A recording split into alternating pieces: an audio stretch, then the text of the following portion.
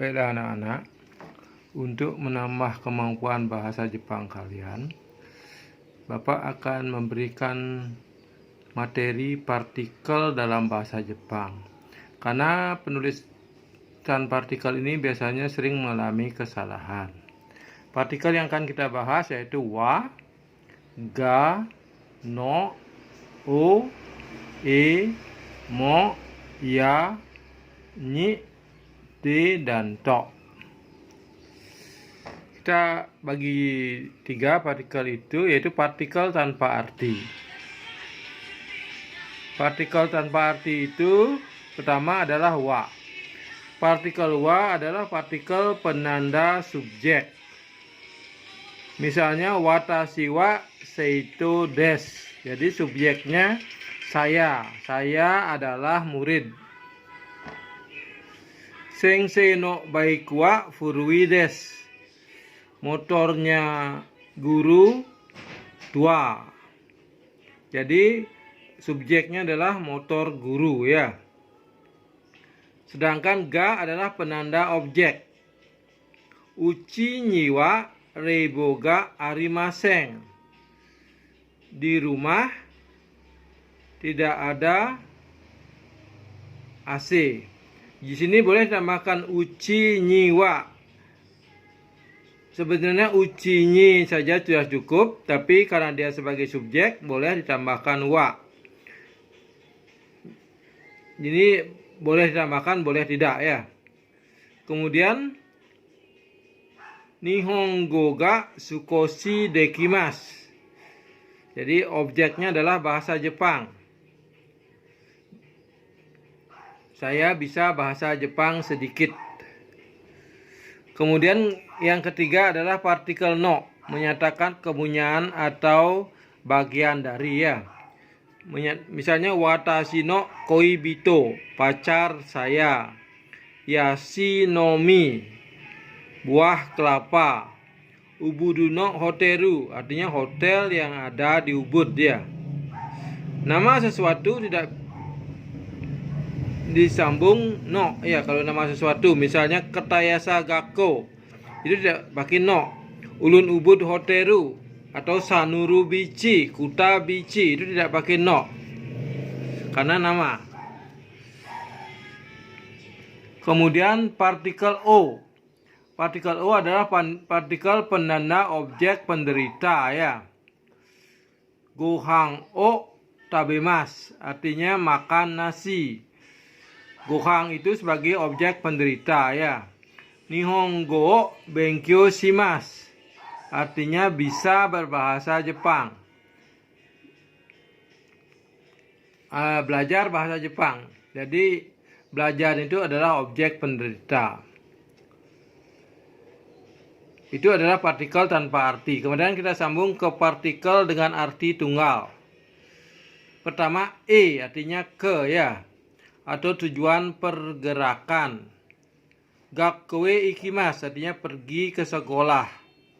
Dokoemo ikimasen, tidak pergi kemanapun. Kemudian mo juga dia mengganti partikel wa atau ga bisa ya. Misalnya watashi wa seito desu. Ari sang mo seito desu. Saya murid, Ari juga murid ya. Jadi mo itu adalah harus ada keterangan sebelumnya ya.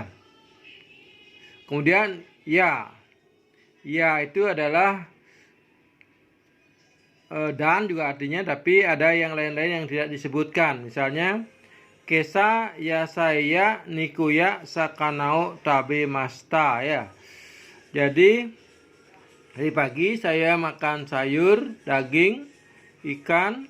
Nanti ada yang lain yang dimakan, misalnya mie atau apa gitu ya. Jadi dan lain-lain ya.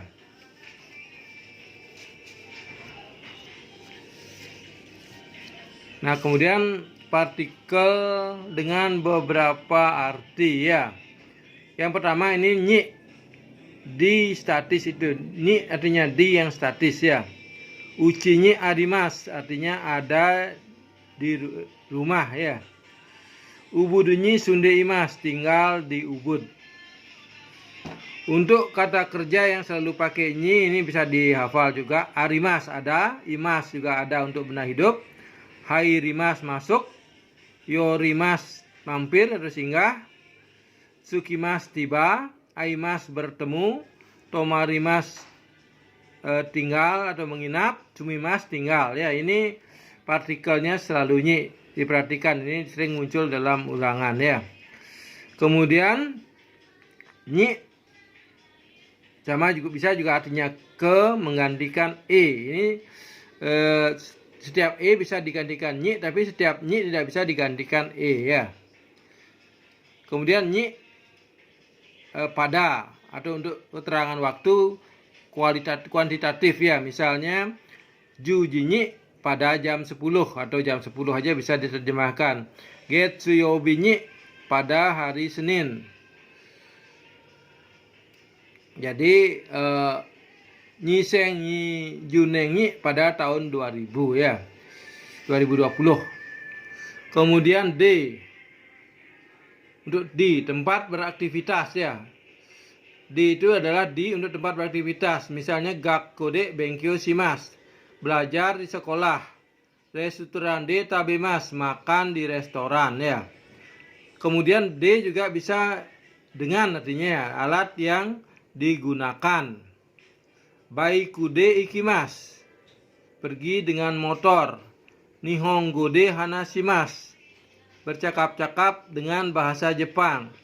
Tede tabimas, tede tabimas artinya makan dengan tangan ya.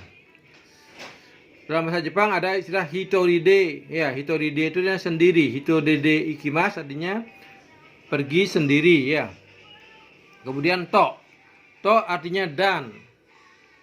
Hianyi senbuki to terebi ga arimasu. Di kamar ada kipas angin dan televisi. To juga artinya dengan. Ada yang menemani ya. Tomodachi to ikimasu. Pergi dengan teman ya. To disebut. Nah ini sering. Watashi wa Jusna to moshimasu. Saya bernama Jusna atau disebut Jusna.